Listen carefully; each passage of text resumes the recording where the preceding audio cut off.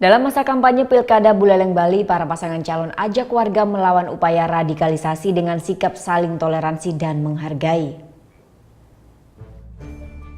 Ajang kampanye Pilkada Buleleng Bali jadi salah satu momentum para pasangan calon menguatkan toleransi antar umat beragama.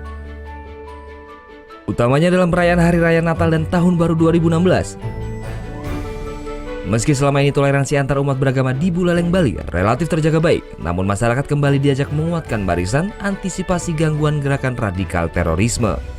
Kalau kita ngomong teroris, itu bukan lagi ranah bagi salah satu agama dan keyakinan. Kalau ngomong teroris, itu sudah merupakan kewajiban dari seluruh umat beragama, baik itu Hindu, Islam maupun Buddha termasuk Kristen, untuk bersama-sama mengantisipasi dan jangan sampai teroris itu ada hidup di muka bumi kita. Kita lawan.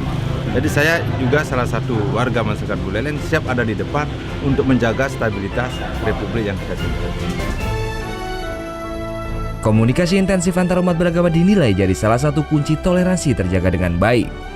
Sehingga setiap umat beragama merayakan hari besar, umat beragama lain konsisten saling membantu.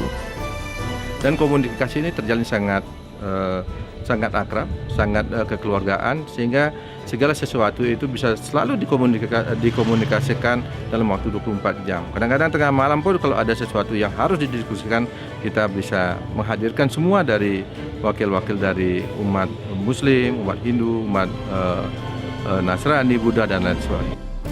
Terjaganya toleransi antar umat beragama di Pulau Bali saat ini dibuktikan dengan tidak adanya konflik antar umat beragama. Putu Wijana melaporkan untuk NET.